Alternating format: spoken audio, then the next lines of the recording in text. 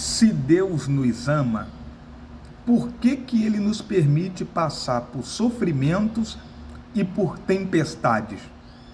Ouça essa mensagem do pastor Hernandes Dias Lopes. E esse versículo final me oportuniza a levantar a pergunta mais recorrente da teologia e da filosofia. E a pergunta é esta: se Jesus nos ama, por que sofremos? Não seria muito melhor, irmãos, uma vida inteira sem tempestade? Não seria muito melhor um voo de cruzeiro sem turbulência? Se Ele nos ama, por que sofremos?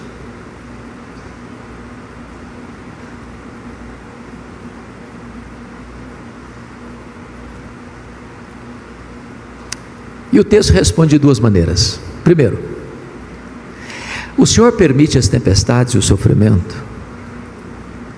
para nós o adorarmos. E leia a sua Bíblia e você verá que sempre que alguém está adorando a Deus, ele está prostrado. Sabe qual é o nosso problema? É que nós temos a nuca muito enrijecida. A Bíblia chama isso de dura cerviz. Mais gente se dobrou na tempestade do que na bonança. Mais gente se dobrou na doença do que na saúde. Mais gente se dobrou na adversidade do que na prosperidade.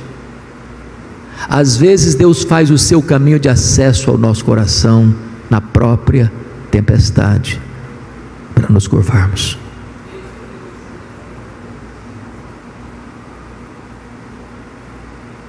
Segundo lugar, sabe por que Deus permite a tempestade, o sofrimento?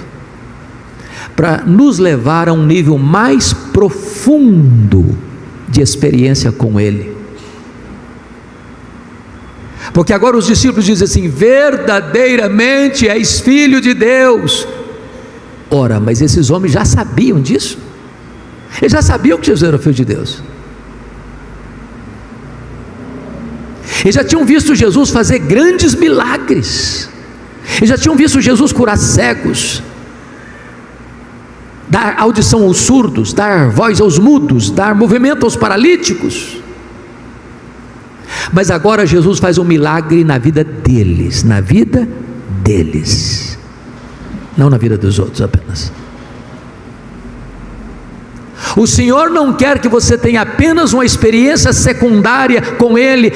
Eu creio em Jesus porque meu pai tem uma experiência com Jesus, a minha mãe tem uma experiência com Jesus, o meu avô foi um homem de Deus, a minha avó foi uma mulher de oração. Deus quer que você tenha a sua própria experiência com Ele. Às vezes nós somos como Jacó, e eu conto a ilustração e termino. A Bíblia diz que Jacó, neto de Abraão, filho de Isaac, traiu o irmão, enganou o pai e precisou fugir de casa às pressas, jurado de morte. Às vezes a gente imagina que o Jacó, quando saiu de casa, era um adolescente que vivia na barra da saia da mãe, e a mãe que controlava a vida dele. Mas sabe quantos anos tinha o Jacó quando saiu de casa? Tinha 77 anos. Solteiro. Tem esperança para vocês, jovem, fiquem tranquilos. 77 anos. Aí você pode argumentar: pastor, você não está chutando não? Não estou chutando, eu vou provar para você. Ele sai de casa com 77 anos, trabalha 14 anos para ter o direito de casar com Raquel. Então nasce José, 14 anos. O Jacó tem 91. O José acaba de nascer. Ele quer voltar, o sogrão não deixa. Fica mais 6 anos. Portanto, fica em Padarã 20 anos. Se ele saiu de casa com 77, 20 anos depois ele tem 97 anos. O José tem 6. José foi vendido para o Egito com 17 anos. 17 anos. Portanto, o Jacó tem 108 anos. 108 anos. O José ficou no Egito 22 anos, até levar sua família para lá. Se o seu pai tinha 108 quando José foi vendido para o Egito com 17, 22 anos depois, o Jacó teria 130 anos. A Bíblia diz que foi para o Egito com 130.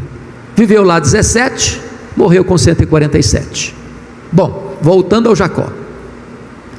Quando Jacó sai de casa aos 77 anos, a primeira pousada dele foi em Betel. E Deus aparece para ele e diz: eu sou o Deus de Abraão, eu sou o Deus de Isaque, teu pai. E não complementa: eu sou o teu Deus.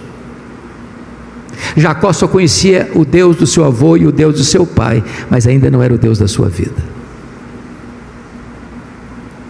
Aos 97 anos, retornando à sua terra, ao passar pelo Val de Jaboque, o Senhor entra em luta com ele. Ele resiste, Deus o deixa aleijado.